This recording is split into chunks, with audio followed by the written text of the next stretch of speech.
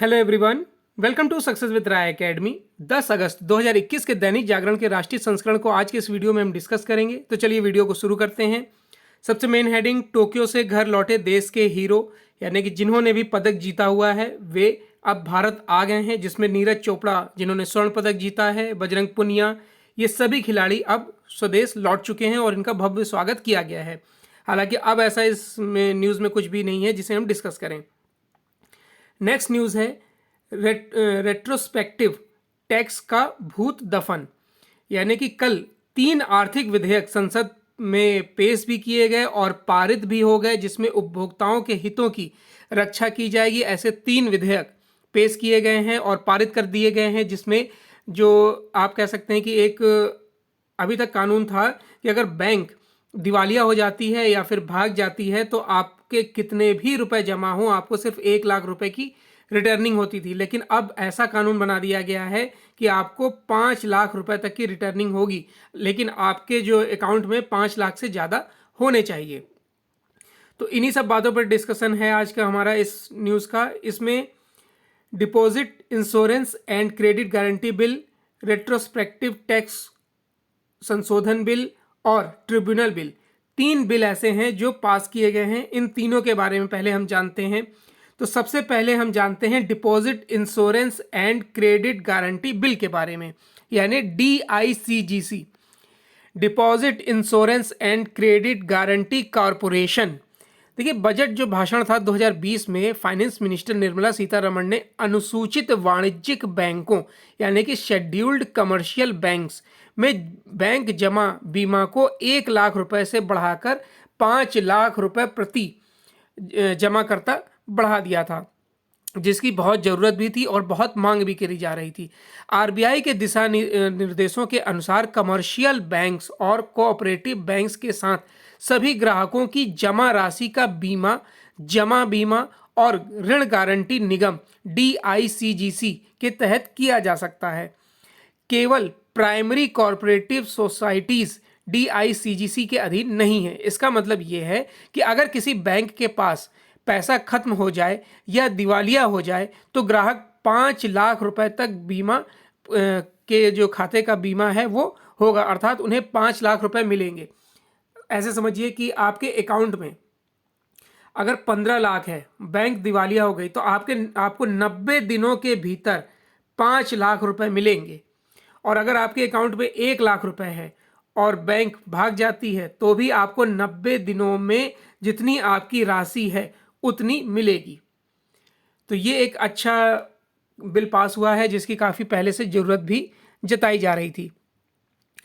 अगर हम DICGC की स्थापना या उसके इतिहास की बात करें तो DICGC की जो स्थापना है वो 15 जुलाई 1978 को की गई थी। यह 1948 में बंगाल में बैंकिंग संकट के बाद पहली बार बैंकों के पास रखे गए जमा बीमा की अवधारणा पर ध्यान गया। 1949 में यह पुनर्विचार के लिए फिर से सुर्खियों में आया और 1950 में ग्रामीण बैंकिंग जांच समिति ने इस अवधारणा का समर्थन किया। यह पिलाई सेंट्रल बैंक लिमिटेड की दुर्घटना के बाद हुआ था। और इस गंभीर विचार को भारतीय रिजर्व बैंक और केंद्र सरकार ने 1960 में दिया था। 21 अगस्त 1961 को संसद में जमा बीमा राशि यानी कि DIC विधेयक पेश किया गया। संसद द्वारा इसे पारित किए जाने के बाद विधेयक को 7 दिसंबर 1961 को राष्ट्रपति की सहमति मिली और 1 जनवरी 1962 को जमा बीमा अधिनियम 1961 लागू हुआ। तो आप समझ सकते हैं कि किस तरीके से DICGC की स्थापना हुई। अब ये DICGC कार्य किस तरीके से करता है, यानी कि फंक्शन क्या है इसका। इसका प्राथमिक कार्य सभी बैंकों में जमा धन का बीमा करना है। सभी प्रकार के सेविंग डिपॉजिट, फिक्स डिपॉजिट, आवर्ती जमा के लिए एक बैंक में प्रत्येक अलग जमा के लिए अधिकतम 5 लाख तक की बीमा सुविधा प्रदान करना है। क्षेत्रीय ग्रामीण बैंक यानी कि रीजनल रूरल बैंक के पास जमा भी DICGC द्वारा कवर किया जाता है। सभी अनुसूचित वाणिज्यिक बैंक यानी कि शेड्यूल्ड कमर्शियल बैंक्स और सहकारी बैंक यानी कोऑपरेटिव बैंक्स DICGC के अंतर्गत आते हैं। भारत में चलने वाले विदेशी बैंकों के बीमा को भी शामिल किया गया है। यह भारतीय बैंकों के बीमा को भी कवर करता है जो भारत के बाहर काम कर रहे हैं। प्राथमिक कृषि साख समिति, मेघालय, चंडीगढ़, लक्षद्वीप और दादर और नागर हवेली के सहकारी बैंक कुछ अपवाद हैं जो DICGC द्वारा कवर नहीं किए गए हैं। उसके बाद हमने देखा इसमें एक है हमारा, जिस पर इसकी हेडिंग ही है रेट्रोस्पेक्टिव टैक्स।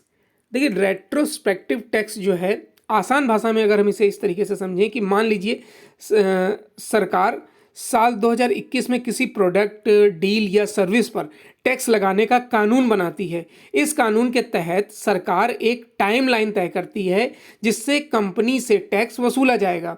मान लीजिए कि सरकार ने 2015 की टाइमलाइन तय की थी, तो फिर सरकार 2015 से अब तक कुल टैक्स कंपनी से वसूलेगी। भले ही 2015 में ये कानून नहीं था, लेकिन चूंकि सरकार ने 2021 में ये कानून बनाया था तो कंपनी को 2015 से ही टैक्स का भुगतान करना पड़ेगा।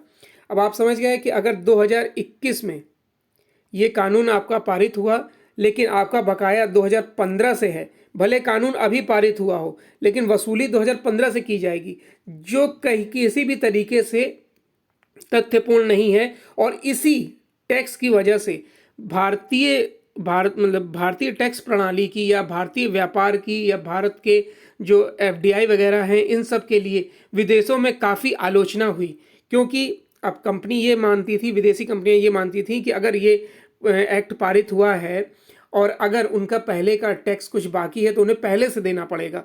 इसलिए भारत की साख कहीं ना कहीं प्रभावित इसमें हुई थी। अब वही इसमें और भी बताया गया है कि इस रेट्रोस्पेक्टिव टैक्स के चलते देश में निवेश को धक्का लगा। सरकार की काफ़ी कोशिशों के बाद भी देश में विदेशी निवेश उत्साहजनक नहीं रहा, जिसकी वजह से ये रेट्रोस्पेक्टिव टैक्स को भी माना जा रहा है। साल 2012 में UPA सरकार के कार्यकाल में लागू हुए इस टैक्स को कई विशेषज्ञ भी गलत मानते हैं। पूर्व वित्त मंत्री अरुण जेटली ने भी सार्वजनिक रूप से स्वीकार किया था कि रेट्रोस्पेक्टिव टैक्स गलत है। अब जब सरकार इसे खत्म करने जा रही है तो इससे उम्मीद जगी है कि देश में विदेशी कंपनियां निवेश के लिए आएंगी। फिर है ट्रिब्यूनल टैक्सेशन या ट्रिब्यूनल बिल। देखिए, ट्रिब्यूनल अर्थ न्यायिक निकाय होते हैं जिनकी स्थापना कानून के तहत उस कानून या प्रशासनिक कानून के अंतर्गत मामले से उत्पन्न होने वाले विवादों पर निर्णय लेने के लिए आमतौर पर किए जाते हैं। ट्रिब्यूनल को विशेष मामलों पर शीघ्र न्याय प्राप्त करने के उद्देश्य से बनाया जाता है। तो 3 जो प्रमुख बिंदु थे वो आपको पता चल गए। 3 महत्वपूर्ण आर्थिक विधेयकों को सोमवार को संसद की मंजूरी मिल गई। ये बिल देश के आर्थिक विकास में मददगार होने के साथ ही आम लोगों की बचत की सुरक्षा करेंगे। इनमें deposit insurance and credit guarantee bill, retrospective tax को समाप्त करने के लिए टैक्सेशन संशोधन बिल और कारोबार को आसान करने के लिए ट्रिब्यूनल बिल शामिल है। टैक्सेशन संशोधन बिल पर संसद की मुहर के साथ ही रेट्रोस्पेक्टिव टैक्स का भूत भी दफन हो गया। इस विधेयक से पूर्व काल में लागू टैक्स का अंत हो जाएगा। टैक्सेशन संशोधन बिल को संसद की मंजूरी से भारत में विदेशी निवेशकों का भरोसा बढ़ेगा और विदेशी निवेश में बढ़ोतरी होगी। केयर एनर्जी और वोडाफोन के साथ 17 कंपनियों से जुड़े रेट्रोस्पेक्टिव टैक्स के सभी मामले समाप्त हो जाएंगे। वित्त मंत्री निर्मला सीतारमण ने बताया कि इस बिल से वर्ष 2012 से जारी रहने वाले भूत का अंत हो जाएगा। उन्होंने कहा कि सरकार को टैक्स लगाने का अधिकार है, लेकिन रेट्रोस्पेक्टिव तरीके से टैक्स लेने से विवाद उत्पन्न होता है। नेक्स्ट न्यूज़ है समुद्री सुरक्षा की चुनौतियों से निपटने के लिए बढ़ाएं सहयोग। प्रधानमंत्री नरेंद्र मोदी ने सोमवार को समुद्री सुरक्षा बढ़ाने और क्षेत्र में अंतर्राष्ट्रीय सहयोग की जरूरत पर बल दिया है। संयुक्त राष्ट्र सुरक्षा परिषद यानी UNSC की उच्च स्तरीय खुली परिचर्चा की अवधारणा करते हुए मोदी ने समुद्री व्यापार व विवादों के शांतिपूर्ण समाधान समेत 5 सिद्धांत पेश किए हैं। इन सिद्धांतों के आधार पर समुद्री सुरक्षा सहयोग के लिए वैश्विक प्रारूप तैयार किया जाएगा। प्रधानमंत्री ने वीडियो कॉन्फ्रेंसिंग के जरिए समुद्री सुरक्षा को बढ़ावा, अंतर्राष्ट्रीय सहयोग की आवश्यकता पर परिचर्चा के दौरान आतंकवाद व अपराध के लिए समुद्री मार्ग के दुरुपयोग पर चिंता जताई है। उन्होंने जोर दिया है कि महासागर दुनिया की साझा विरासत है और समुद्री मार्ग अंतर्राष्ट्रीय व्यापार की जीवन रेखा है। आप कहीं ना कहीं इसमें समझ सकते हैं कि प्रधानमंत्री का जो भाषण था पूरा हिंद प्रशांत क्षेत्र को लेकर था, जिसमें चीन अपना पूरा दबदबा मानता है। इसकी वजह से ही क्वाड देशों की स्थापना की गई थी और चीन के दबदबे को कम करने की इसमें पुरजोर कोशिश की जा रही है। चीन कहीं ना कहीं जो इसके हिंद महासागर के सटे हुए क्षेत्र हैं, देश हैं, उनको परेशान करता है, उन पर दबदबा बनाने की कोशिश करता है। अगर हम इसे इस तरीके से समझें कि हिंद जो इसी एक शब्द है इंडो पैसिफिक, जिसने कुछ वर्षों में विश्व की कई अर्थव्यवस्थाओं की भूमि रणनीति को आकार देने में महत्वपूर्ण भूमिका अदा की है। आज दुनिया भर के तमाम देश अपने अपने दस्तावेजों में आवश्यकता अनुसार इंडो पैसिफिक की व्याख्या कर रहे हैं। भौगोलिक तौर पर हिंद महासागर और प्रशांत महासागर के कुछ भागों को मिलाकर समुद्र का जो हिस्सा बनता है उसे हिंद प्रशांत क्षेत्र के नाम से जाना जाता है। यह इंपॉर्टेंट है, याद रखिएगा। हिंद प्रशांत क्षेत्र हाल के वर्षों में भू राजनीतिक रूप से विश्व की विभिन्न शक्तियों के मध्य कूटनीतिक एवं संघर्ष का नया मंच बनता जा रहा है। साथ ही यह क्षेत्र अपनी अवस्थिति के कारण और भी महत्वपूर्ण हो गया है। वर्तमान में विश्व व्यापार की 75% वस्तुओं का आयात निर्यात इसी क्षेत्र से होता है तथा हिंद प्रशांत क्षेत्र से जुड़े हुए बंदरगाह विश्व के सर्वाधिक व्यस्त बंदरगाहों में शामिल है। और इंडो पैसिफिक क्षेत्र में कुल 38 देश शामिल हैं।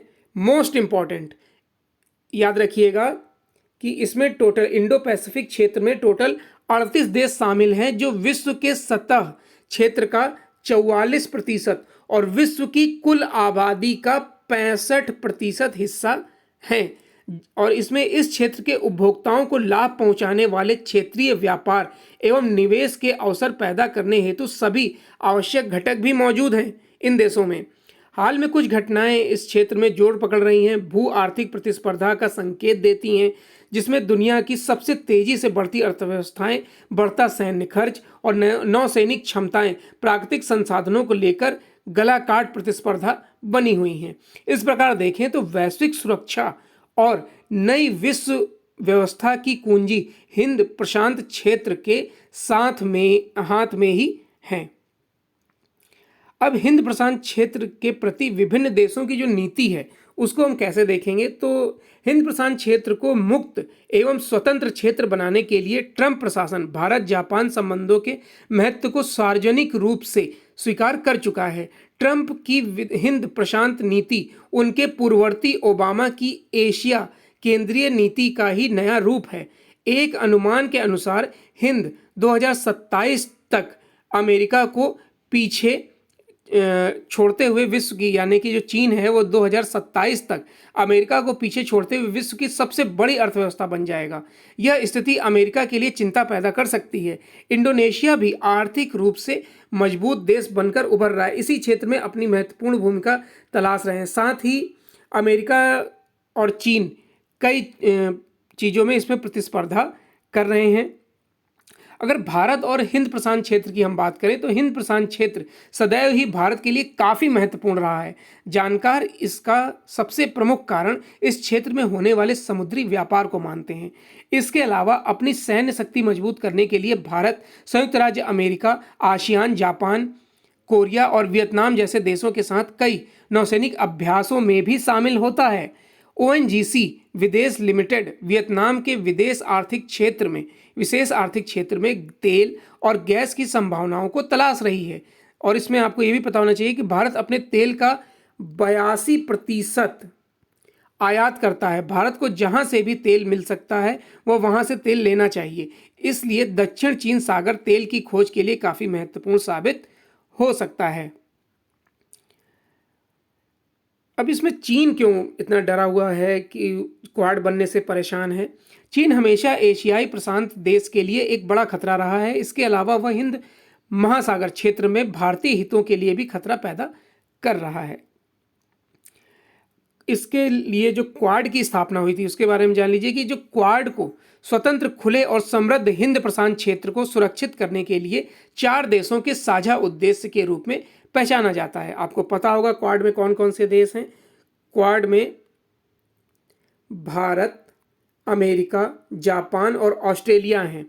13वीं ईस्ट एशिया समिट के दौरान ही क्वाड सम्मेलन का भी आयोजन किया गया था। यह क्वाड सम्मेलन मुख्यतः इंडो पैसिफिक क्षेत्र में अवसंरचनात्मक परियोजनाओं एवं समुद्री सुरक्षा परियोजनाओं पर केंद्रित था। तो आई होप आज आपको हिंद जो क्षेत्र है उसमें क्या विवाद है वो समझ में आया होगा। मोदी जी ने 5 सिद्धांत पेश किए हैं कि किस तरीके से हिंद क्षेत्र में या समुद्री मार्ग में सुरक्षा, सहयोग, व्यापार बढ़ाया जा सकता है या विश्व समुदाय में शांति बहाल की जा सकती है। मोदी ने पहले सिद्धांत पर प्रकाश डालते हुए कहा कि हमें वैध समुद्री व्यापार के लिए बाधाओं को दूर करना चाहिए। वैश्विक समृद्ध समुद्री व्यापार के सहज संचालन पर निर्भर करती है। समुद्री व्यापार के समक्ष कोई भी बाधा वैश्विक अर्थव्यवस्था के लिए खतरा हो सकती है। दूसरे सिद्धांत को लेकर कहा कि समुद्री विवादों का निपटारा शांतिपूर्ण तरीके से अंतर्राष्ट्रीय कानून के आधार पर किया जाना चाहिए। यह पारस्परिक विश्वास के लिए बेहद महत्वपूर्ण है। यह एकमात्र रास्ता है जिसके जरिए हम वैश्विक स्तर पर शांति और स्थिरता सुनिश्चित कर सकते हैं। तीसरे सिद्धांत के बारे में मोदी जी ने कहा कि वैश्विक समुदाय को प्राकृतिक आपदाओं व आतंकियों द्वारा उत्पन्न समुद्री खतरों का मिलकर सामना करना चाहिए। भारत ने इस मुद्दे पर क्षेत्रीय सहयोग को बढ़ावा देने के लिए कई कदम उठाए हैं। समुद्री पर्यावरण और संसाधनों का संरक्षण और समुद्री संपर्क को प्रोत्साहित करना मोदी द्वारा सुझाए गए चौथे और 5वें सिद्धांत हैं। नेक्स्ट न्यूज पर आते हैं। नेक्स्ट न्यूज है उसी से ही रिलेटेड कि दक्षिण चीन सागर को लेकर अमेरिका और चीन भिड़ गए हैं। हालांकि प्रधानमंत्री नरेंद्र मोदी की अध्यक्षता में सोमवार को समुद्री सुरक्षा पर एक उच्च स्तरीय बैठक के दौरान अमेरिका और चीन भिड़ गए। अमेरिका ने जोर देकर कहा कि वह दक्षिण चीन सागर में गैर कानूनी समुद्री दावों को आगे बढ़ाने के लिए उकसाने वाली कार्रवाई देख रहा है। इस पर बीजिंग ने जवाब दिया कि अमेरिका को इन मुद्दे पर गैर जिम्मेदाराना टिप्पणी करने का हक नहीं है। प्रधानमंत्री मोदी ने सोमवार को समुद्री सुरक्षा पर उच्च स्तरीय वर्चुअल खुली बहस की अध्यक्षता की। संयुक्त राष्ट्र के 15 देशों के इस उच्च स्तरीय निकाय की अध्यक्षता इस महीने भारत कर रहा है। समुद्री सुरक्षा को लेकर जो बैठक हुई वह 3 हस्ताक्षर कार्यक्रमों में से एक है। अब ये जो 15 देश आए हैं इसमें आपको पता होगा कि 5 देश जो हैं वो चाइना, फ्रांस, रूस, यूनाइटेड किंगडम और यूनाइटेड स्टेट हैं। और जो बाकी 10 देश हैं Belgium, Dominican Republic, Estonia, Germany, Indonesia, Niger, Saint Vatican and the Grenadines और साउथ अफ्रीका, ट्यूनीशिया और वियतनाम, ये टोटल 10 देश हैं।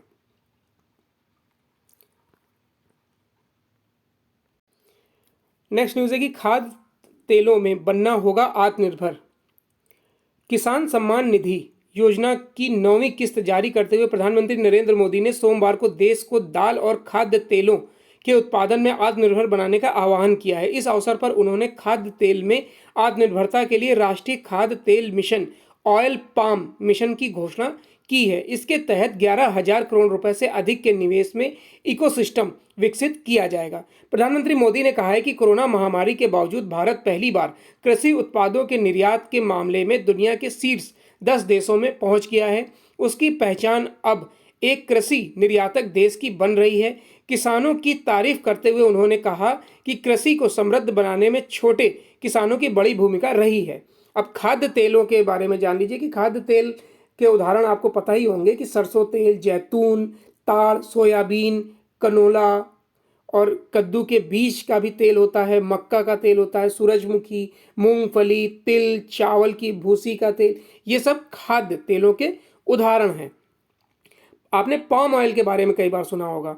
पाम जो है वो पाम तेल ताड़ के पेड़ के बीज से निकाला जाता है। इसमें कोई महक नहीं होती है, जिसकी वजह से हर तरह का खाना बनाने में इसका इस्तेमाल किया जाता है। यह बहुत ऊंचे तापमान पर पिघलता है। इसमें सैचुरेटेड फैट बहुत अधिक होता है। यही वजह है कि इसमें मुंह में पिघल जाने वाला क्रीम और टॉफ़ी चॉकलेट बनाए जाते हैं। फिलहाल दुनिया भर में 8 करोड़ टन के आसपास पाम ऑयल पैदा होता है। पाम तेल उत्पादन में इंडोनेशिया, याद रखिएगा मोस्ट इंपॉर्टेंट, इंडोनेशिया दुनिया में नंबर 1 पर है। दूसरे नंबर पर मलेशिया है। कुछ अफ्रीकी देशों में भी इसका उत्पादन होता है। खाने वाले तेलों के मामले में भारत के आयात का 2/3 हिस्सा केवल पाम ऑयल का है। भारत सालाना करीब 90 लाख टन पाम ऑयल का आयात करता है। नेक्स्ट न्यूज़ है, चीन में बढ़ रहे आर्थिक जोखिम से भारत को लाभ। चीन इन दिनों आर्थिक मोर्चे पर चौतरफा दबाव झेल रहा है और इसका फायदा भारत को मिल सकता है। शेयर बाजार में यह रुझान दिखने लगा है। प्रारंभिक आंकड़ों के अनुसार अगस्त के शुरुआती 5 महीनों में विदेशी निवेशकों ने भारतीय बाजार में 1210 करोड़ रुपए का निवेश किया है। विशेषज्ञों के अनुसार चीन की बिगड़ती आर्थिक हालत को देखते हुए निवेशक भारत को प्राथमिकता देने लगे हैं। इसमें यह बताया जा रहा है कि यूबीएस ग्रुप एजी ने कहा है कि चीन के नए बाजार नियामक से नाखुश निवेशक अन्य उभरते बाजार में निवेश की संभावनाएं तलाश रहे हैं और भारत को अधिक महत्व दिया जा सकता है। इसकी वजह यह है कि प्रमुख सूचकांक सर्वकालिक उच्च स्तर के आसपास है और कई स्टार्टअप कंपनियों के आईपीओ कतार में हैं। चालू संसद सत्र में कई आर्थिक बिल की मंजूरी से भी भारतीय बाजार को मजबूती मिल रही है। नेक्स्ट पेज हमारा एडिटोरियल पेज है कि कब होगी कश्मीरी पंडितों की वापसी, और यह आर्टिकल लिखा है राज्यसभा के पूर्व सदस्य एवं वरिष्ठ स्तंभकार बलबीर पुंज द्वारा। आर्टिकल में जो आप कह सकते हैं कि कश्मीरी पंडितों का पलायन हुआ, हर बात होती है, विकास की बात होती है, 370 को हटाने और 35A को हटाने की बात होती है, लेकिन जो कश्मीरी पंडितों को वहाँ से हटाया गया, भगाया गया, उनको किस तरीके से वापस लाया जाएगा, उन पर अब लगभग 370 आर्टिकल को हटाए हुए 2 साल हो गए, लेकिन कश्मीरी पंडितों की क्या स्थिति है, उनको वापस लाने के लिए क्या योजना अभी तक गवर्नमेंट ने बनाई है, इस पर अभी कोई रोड मैप तैयार नहीं किया है। उसी पर फोकस करते हुए ये आर्टिकल लिखा गया है। जम्मू कश्मीर से अनुच्छेद 370 और धारा 35A की विदाई के 2 वर्ष पूरे होने के अवसर पर राज्य के पूर्व मुख्यमंत्री उमर अब्दुल्ला का एक साक्षात्कार सुर्खियों में रहा। उसमें उमर अब्दुल्ला ने भारत सरकार के इस ऐतिहासिक कदम पर कटाक्ष करते हुए कहा कि 2 वर्ष बीत जाने के बाद कितने कश्मीरी पंडितों की घाटी में वापसी हो पाई है। निसंदेह उनका घाटी में कश्मीरी पंडितों की वापसी से कोई सरोकार नहीं है। वह तो अप्रत्यक्ष रूप से उस विभाजनकारी राजनीति को न्यायोचित ठहराने का प्रयास कर रहे हैं जिसकी शुरुआत उनके दादा शेख अब्दुल्ला ने 90 वर्ष पहले की थी। कालांतर में उसी राजनीतिक दृष्टिकोण को उनके पुत्र फारूक अब्दुल्ला और अन्य मानस बंधुओं ने आगे बढ़ाया। मुफ्ती परिवार को भी इसी में गिना जा सकता है। तो कश्मीरी पंडित आपने कई बार सुना होगा कि उनको परेशान किया गया, मारा गया, भगाया गया। तो कश्मीरी पंडित के बारे में भी जान लीजिए, या जो पलायन हुआ उसके बारे में जान लीजिए। कश्मीरी हिंदू 19 जनवरी 1990 के दिन को दुखद बहिर्गमन दिवस के रूप में याद करते हैं। जनवरी का महीना पूरी दुनिया में नए साल के लिए एक उम्मीद लेकर आता है, लेकिन कश्मीरी पंडितों के लिए यह महीना दुख, दर्द और निराशा से भरा है। 19 जनवरी प्रतीक बन चुका है उस त्रासदी का जो कश्मीर में 1990 में घटित हुआ था। आज़ादी से पहले कश्मीर एक बेहद ही सुंदर जगह थी, यह आप सभी को पता है, साथ ही शांतिपूर्ण जगह भी थी। यहाँ की अधिकतर आबादी कश्मीरी पंडितों की थी। इस जगह पर दूसरे देशों के कई मुस्लिम राजाओं ने आक्रमण भी किया था और इसी जगह पर राज्य भी किया था, और इसी दौरान यहाँ पर शांति बरकरार रही थी।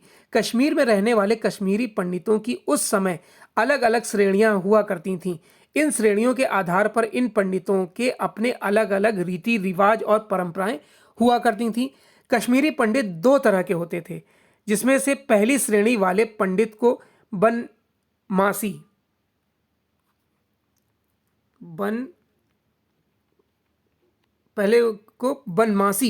कहा जाता था, इस श्रेणी में उन पंडितों को गिना जाता था जो मुस्लिम राजाओं के शासन के दौरान घाटी छोड़कर चले गए थे और बाद में वापस यहां पर आकर फिर बस गए थे। वहीं दूसरी श्रेणी के पंडितों को मलमासी मलमासी कहा जाता था। इस श्रेणी में उन पंडितों को रखा जाता था जिन्होंने लाख दिक्कतों के बाद भी घाटी को नहीं छोड़ा था। इसके अलावा जिन पंडितों ने इस घाटी में व्यवसाय करना शुरू कर दिया था उन्हें बुहिर पंडित कहा जाता था। लेकिन आज़ादी के बाद इन पंडितों का नामो निशान इस जगह से खत्म हो गया और ये आतंकवाद का शिकार हो गए।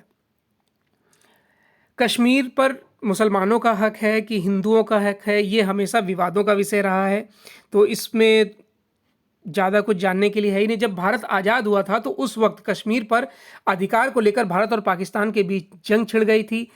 पाकिस्तान ने इसे यानी कि कश्मीर को अपने देश का हिस्सा बनाने के लिए लाख कोशिशें की थी, मगर वो ऐसा करने में नाकाम रहे, जिसके बाद पाकिस्तान ने आतंक के सहारे कश्मीर पर कब्जा करने की कोशिश की, जिसके कारण 1980 का दशक आते आते कश्मीर में भारतीय विरोधी प्रदर्शन काफ़ी बढ़ने लगे। 1980 के दशक में यहाँ पर जम्मू कश्मीर लिबरेशन फ्रंट और पाकिस्तान के समर्थक वाले कई इस्लामिक समूह मजबूत होने लगे और इस समूह ने यहाँ की मुस्लिम जनता के बीच भारत के प्रति नफरत फैलाने का कार्य तेज कर दिया, जिसका असर यहाँ के कश्मीरी पंडितों पर पड़ने लगा। साल 1988 में जम्मू कश्मीर लिबरेशन फ्रंट ने भारत से कश्मीर को आज़ाद कराने के लिए अलगाववादी विद्रोह शुरू कर दिया।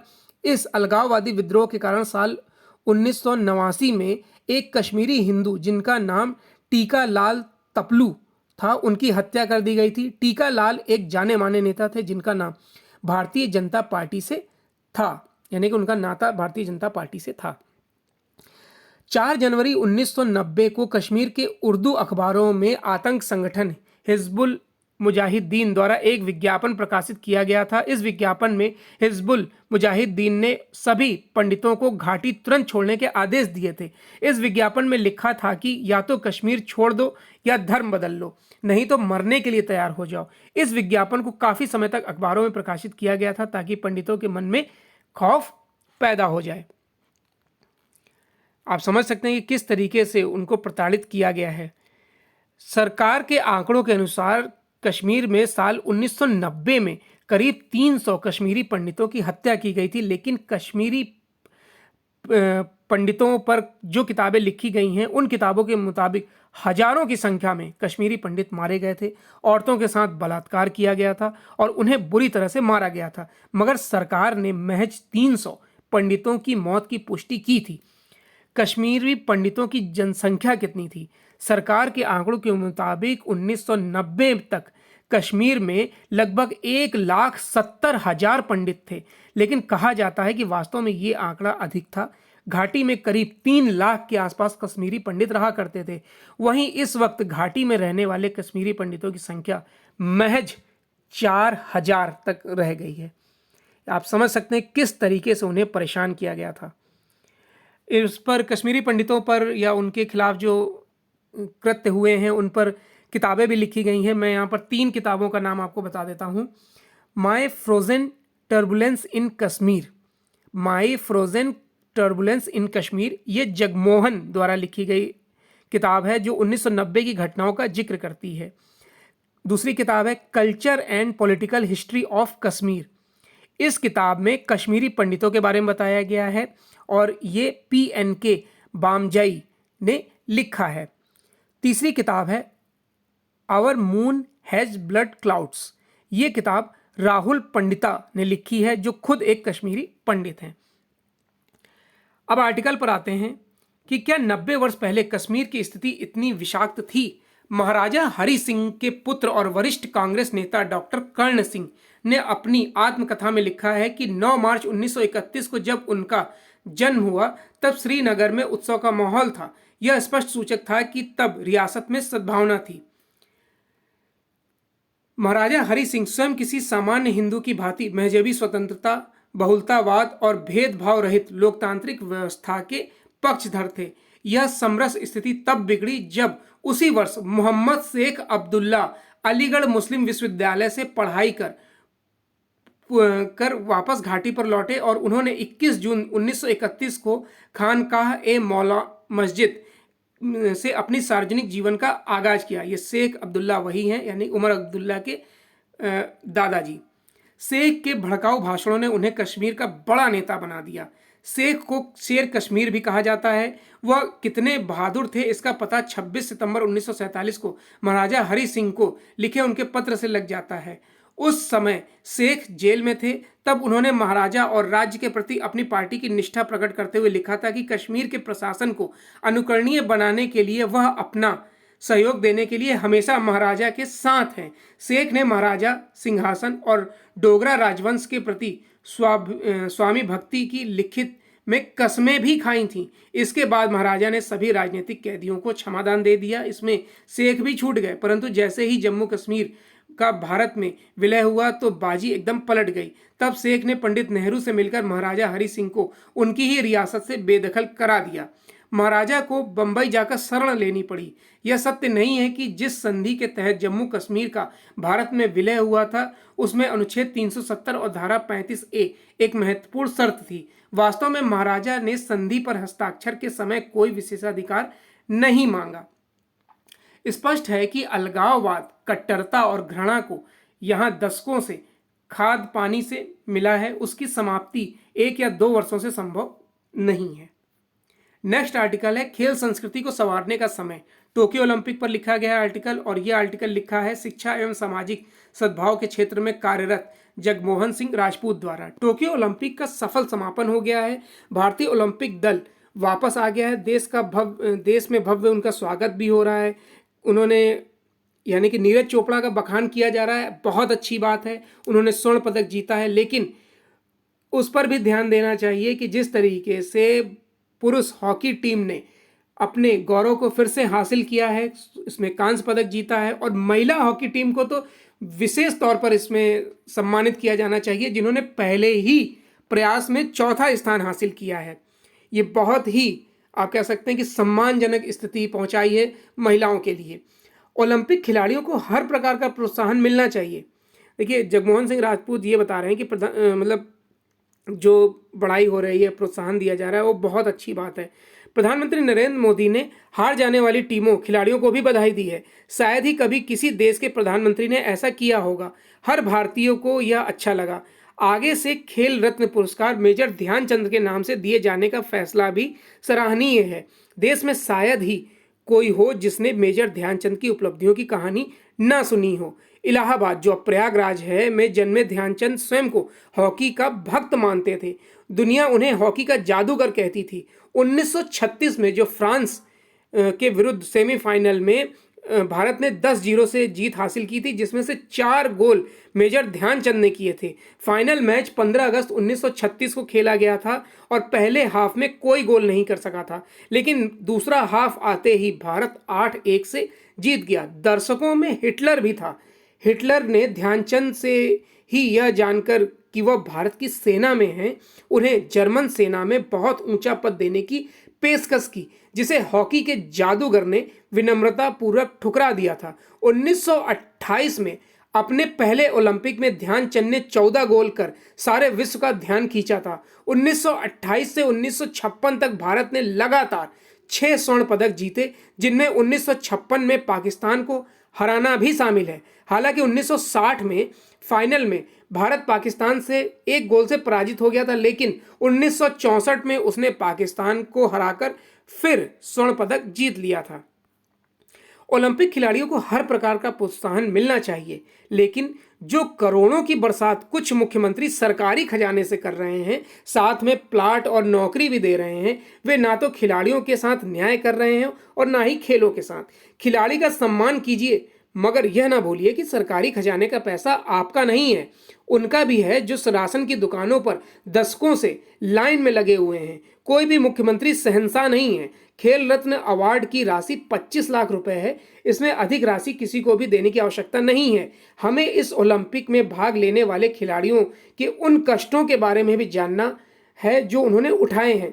ऐसे में सभी मुख्यमंत्रियों की घोषणा मुख्यमंत्री को घोषणा की जानी चाहिए कि जो हमारे सरकारी स्कूल हैं उसमें खेल को ऐड किया जाए, एक पीरियड बनाया जाए जिसमें एक खेल को भी शामिल किया जाए। ऐसी व्यवस्था की जानी चाहिए जिसमें खेल को प्रोत्साहन मिल सके।